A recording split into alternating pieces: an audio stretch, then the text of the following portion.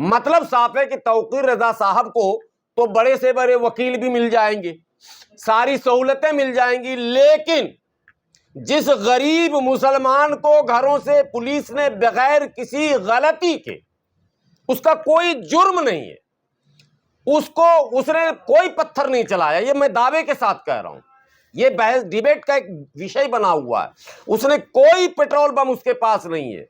ये जो फैब्रिकेटेड आरोप लगाकर गरीब मुसलमानों को घरों से उठाया जा रहा, थाने में लाकर उसकी पिटाई की जा रही है और फिर उसके घर वालों से जबरन पैसे मांगे जा रहे हैं या फिर उसे जेल में डाल दिया जा रहा, संगीन इल्जामात लगाकर, यह बहुत पीड़ादायक खबर है, दुखदायक खबर है कि एक गरीब मुसलमान को आप इस तरह से उसके साथ ट्रीट करते हैं। एक लोकतांत्रिक सरकार जहां यह दुहाई दी जा रही है कि भारत में डेमोक्रेसी है, लोकतंत्र है, संविधान है, कानून है, पुलिस और प्रशासन है, वहां ऐसा लग रहा है कि बरेली में गरीब मुसलमानों के लिए कयामत है, प्रलय है, अराजकता है, भय है, खौफ है। ये चिंता का विषय है और यह केवल चिंता का विषय किसी मुसलमानों के लिए नहीं है, देश के संविधान प्रेमियों के लिए, लोकतंत्र पर जिनकी अटूट आस्था है उनके लिए, और जो लोग संविधान लेकर घूम रहे हैं उनके लिए। आप सभी को पता है कि उत्तर प्रदेश के बरेली, जिसे भारत का अधिकांश मुसलमान बरेली शरीफ भी कहता है, वहाँ के हालात बहुत अच्छे नहीं बताए जा रहे हैं। ये घटना शुक्रवार की है जब बरेली शरीफ के ही एक बड़ी शख्सियत जिनको पूरा देश जानता है और बरेली शरीफ को जिस नाम से जाना जाता उस ख़ानदान से ताल्लुक़ रखने वाले तौकीर रज़ा खां की आह्वान पर जो आम गरीब मुसलमान मस्जिदों से बाहर तख्ती लेकर निकले थे और उसके बाद जो लाठियां चली और उसके बाद जो परिस्थितियां बनी, आप सभी लोग लगभग भली भांति उससे अवगत हैं। जो गिरफ्तारियां हुई हैं, जो धाराएं लगाई गई हैं और अप टू नाउ अभी इस वक्त बरेली के क्या हालात हैं, वहाँ क्या हो रहे हैं, मुझे लगता है एक खोजी पत्रकार के लिए ये भी बहुत ज़रूरी चीज़ है कि ये भी पता होना चाहिए कि अब क्या हो रहा। मैंने आपको इसलिए बुलाया कि दो तीन बातें स्पष्ट रूप से पहले क्लियर होनी चाहिए। एक ये बात कि ये जो ट्रेंड चला पूरे मुल्क में आई लव मोहम्मद वाला,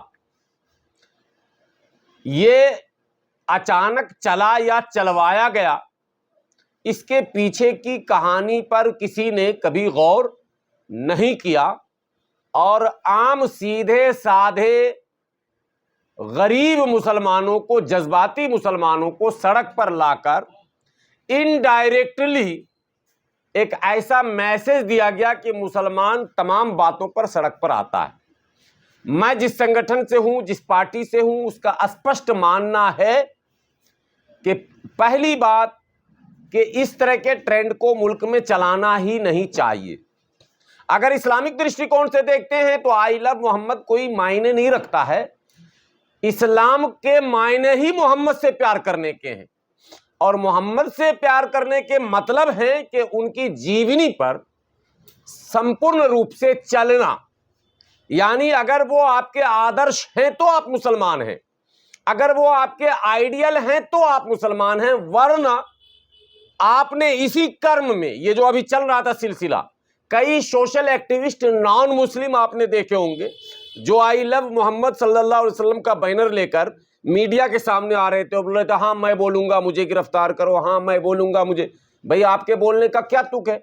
अगर आप आई लव मोहम्मद सल्लल्लाहु अलैहि वसल्लम बोलते हैं तो आप मुसलमान हो जाइए। एक बात ये सवाल आएगा। दूसरा कि आप प्यार करते हैं, ये बातें बैनर बनाकर, ये बातें बैनर बनाकर कैमरे पर बोला जाए, कभी किसी आशिक को बैनर बनाकर कैमरे के सामने इश्क का इजहार करते हुए आप लोगों ने देखा है क्या? ऐसा मुझे नहीं लगता इतिहास में कहीं नजर आएगा कि बैनर लगाकर कैमरे के सामने इश्क का इजहार किया जाए। तो ये ट्रेंड गैर शरई था गैर समाजी था और भारतीय समाज में इसे स्वीकार नहीं किया जाना चाहिए था। फिर मैं विनम्रता से विनती करता हूं पूरे देश के भोले भाले मुसलमानों से कि आने वाले दिनों में, भविष्य में भी यदि इस प्रकार के आह्वान होते हैं, ऐलान होते हैं, तो आपको इससे बचने की आवश्यकता है, आपको इससे दूर रहने की जरूरत है। अगर हम नबी के, प्रोफेट मोहम्मद सल्लल्लाहु अलैहि वसल्लम के उसूलों और सिद्धांतों पर चलने लगे तो मुझे लगता है जो उद्देश्य हमारा है इस्लाम का है वो अपने आप पूरा होने लगेगा। हम उद्देश्य के करीब स्वयं पहुंच जाएंगे, हम परेशानियों में नहीं घिरेंगे। ये एक बात है। लेकिन आज मुझे बुलाने का उद्देश्य ये नहीं था कि मैं केवल ये बताऊं कि ये ट्रेंड रुकना चाहिए, ये अवश्य रुकना चाहिए। मैं भारत बंद, सड़क बंद, ट्रेन बंद, इन सब आह्वानों के भी खिलाफ हूं। मुद्दे कोई भी हो, मेरा ये मानना रहता है सरकार किसी की भी हो, जो सामाजिक कार्यकर्ता हैं या धार्मिक रहनुमा हैं, मजहबी पेशवा हैं या फिर सियासी लीडर हैं, उनको सरकार से सीधे सीधे बात करनी चाहिए। सीधे सीधे डेलीगेशन जाना चाहिए, सभी संगठनों को एक जगह आकर यह बात सरकार के बीच रखनी चाहिए। लेकिन हो क्या रहा, जिनका आधार कमजोर पड़ता है वो जज्बाती मुद्दों को छेड़कर अपने जनाधार को बढ़ाने का प्रयास करते हैं और नतीजा गरीब मुसलमान भुगतता है। सो आज मैं उस पीड़ा को प्रकट करने के लिए आपको बुलाया हूं। बरेली से जो खबरें हमको आ रही हैं, और आज मैं बरेली में ही रहने वाला था, लेकिन मैं चूंकि 4 दिन से यात्रा पर था, मेरे पास कपड़े बचे नहीं थे, तो तमाम इंतजाम हमारे थे बरेली में, तमाम हमारे साथी रेडी थे। लेकिन मैंने कहा कि आज नहीं, अब कल आऊंगा। तो मैं लखनऊ से सीधा यहाँ आ गया, 4 दिन की यात्रा समाप्त करके। मेरे पास कपड़े ख़त्म हो गए थे, तो मैं सोचा कि फिर उसके लिए कपड़े स्पेशल खरीदूं। चलो, दिल्ली भी जाना ज़रूरी है। नेक्स्ट डे फिर वहाँ से तैयारी में निकलेंगे और फिर आगे की यात्रा करेंगे। बरेली से जो सूचनाएं प्राप्त हो रही हैं, वो सूचना ये है कि इस घटना के बाद, मैं इस घटना पर एक बात फिर स्पष्ट करूं, मैं कतई इस घटना के तह पर अभी नहीं जा रहा हूं। क्यों घटी, कैसे घटी, पुलिस की क्या क्या कार्रवाई का हम विरोध करें, सरकार का क्या आदेश था, तौकीर रजा साहब का क्या ऐलान था, ये सब पर बहस हो चुकी है। अब जो बहस है, बहुत सारे हमारे मुस्लिम जो लीडरान हैं, वो मतलब समाजी लीडरान हैं, सोशल एक्टिविस्ट, और बहुत सारे हमारे जो मजहबी रहनुमा हैं, उनका ये बयान आ रहा है कि तौकीर रजा खान साहब के साथ सबको खड़ा होना चाहिए। मैं स्पष्ट तौर पर ये बताना चाहता हूं, तौकीर रजा खान साहब वो शख्सियत हैं जिनके लाखों नहीं करोड़ों लोग यहां चाहने वाले हैं, और ऐसे ऐसे लोग हैं जो अपनी सारी दौलत तौकीर रजा साहब के नाम लुटा सकते हैं।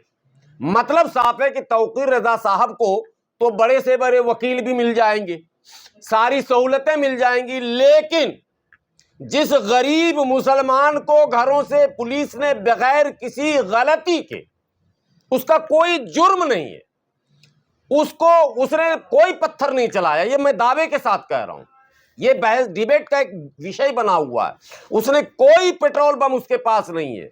ये जो फैब्रिकेटेड आरोप लगाकर गरीब मुसलमानों को घरों से उठाया जा रहा, थाने में लाकर उसकी पिटाई की जा रही है, और फिर उसके घर वालों से जबरन पैसे मांगे जा रहे हैं, या फिर उसे जेल में डाल दिया जा रहा, संगीन इल्जामात लगाकर। यह बहुत पीड़ादायक खबर है, दुखदायक खबर है कि एक गरीब मुसलमान को आप इस तरह से उसके साथ ट्रीट करते हैं। एक लोकतांत्रिक सरकार, जहां यह दुहाई दी जा रही है कि भारत में डेमोक्रेसी है, लोकतंत्र है, संविधान है, कानून है, पुलिस और प्रशासन है, वहां ऐसा लग रहा है कि बरेली में गरीब मुसलमानों के लिए कयामत है, प्रलय है, अराजकता है, भय है, खौफ है। ये चिंता का विषय है, और यह केवल चिंता का विषय किसी मुसलमानों के लिए नहीं है, देश के संविधान प्रेमियों के लिए, लोकतंत्र पर जिनकी अटूट आस्था है उनके लिए, और जो लोग संविधान लेकर घूम रहे हैं उनके लिए।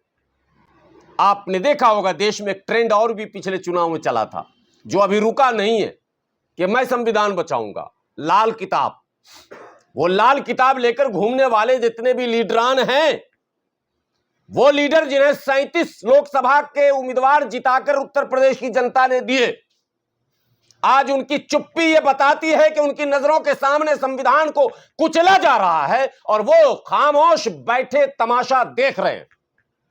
मेरा सवाल उनसे भी है कि आखिर उस संविधान को किसको आप दिखा रहे हैं?